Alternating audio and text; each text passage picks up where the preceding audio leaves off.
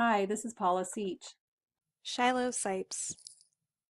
Hi, this is Bailey Beatty. Hi, this is Crystal Albertoni. Our report is about education in Pakistan. Pakistan's education is lacking in many ways. In this presentation, we will highlight the major issues with the education system in Pakistan, as well as showcase some of the resolutions and suggestions for bettering the system. Pakistan has one of the lowest literacy rates of the world. At the time of the partition, it had only 19% literacy rate. It had risen to 69% by 2009. However, the majority of Pakistan is only 40% literate or less. There are a few small areas that go as high as 80%. More than 7 million children, which is about 32%, with 4.5 million being girls, are out of school in Pakistan.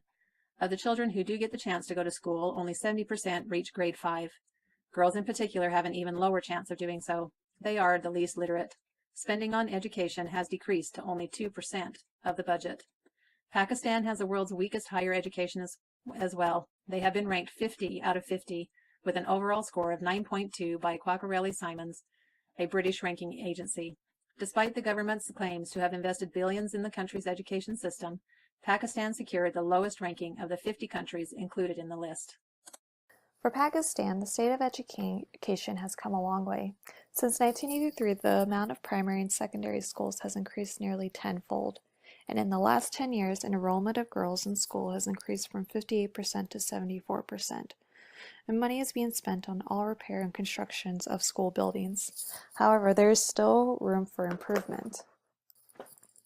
The Woodrow Wilson International Center for Scholars, which is an advocate organization established by the U.S. Congress, proposed the 70-page reform called Education Reform in Pakistan, Building for the Future. Some of the problems that they addressed is the division between Urdu medium schools and English medium schools. There is a division between two curriculums that are being taught in Pakistan, and one of the solutions was to create a standardized curriculum that is being taught also in other countries. Other problems include the gender gap between girls and boys and education accessibility between the poor and the rich. So how much effect does education have? Well, it provides a stronger economy where individuals are educated and qualified for sophisticated sectors. This would lead to a higher job outlook with telecommunication, finances, engineering, marketing, medical field, and other technological jobs. It would also lead to a modernization and moving towards a free will thinking. A few major issues that contribute to Pakistan's less than great education system are 1. Quality of schools, 2. Uninterested and underqualified teachers, 3. Insufficient funds for schools and education, and 4. Lack of technical education. Most of the schools themselves are in terrible condition. In a report done by the Annual Status of Education Report, it shows that in 2013, 51% of government schools have non-working electricity, 36% have non-drinkable water, and 42% don't have working toilets. Some schools are even built without walls. There's a shortage of teachers due to their wages being put on the same salary scale, which made teachers less productive and less proactive in their work and training. In a study done by CNN, it talks about how in 2010, only 10% of government spending went towards education, while Pakistan still spends about 7 times more than that on their military. By adding technical and vocational subjects into their curriculum and putting more focus on them, it will help the students to obtain better jobs in their future.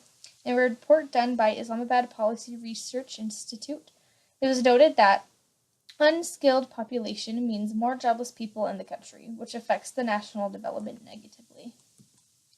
A few solutions or plans in regards to helping Pakistan's educational system are 1. Millennium Development Goals, 2. Education for All Commitment, and 3. Vision 2030. The MDG has 2 goals regarding bettering education in Pakistan. 1 is to achieve universal primary education where all kids can complete a full course of primary schooling, and 2, to promote gender equality and women empowerment.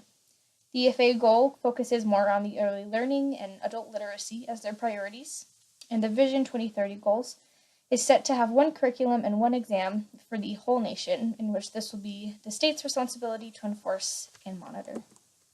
Few other possible solutions include 1. Giving grants to places in the country where literacy rates are low to try to help them bring more kids to school. 2. An effective monitoring system to stop the corruption of the education system. And 3.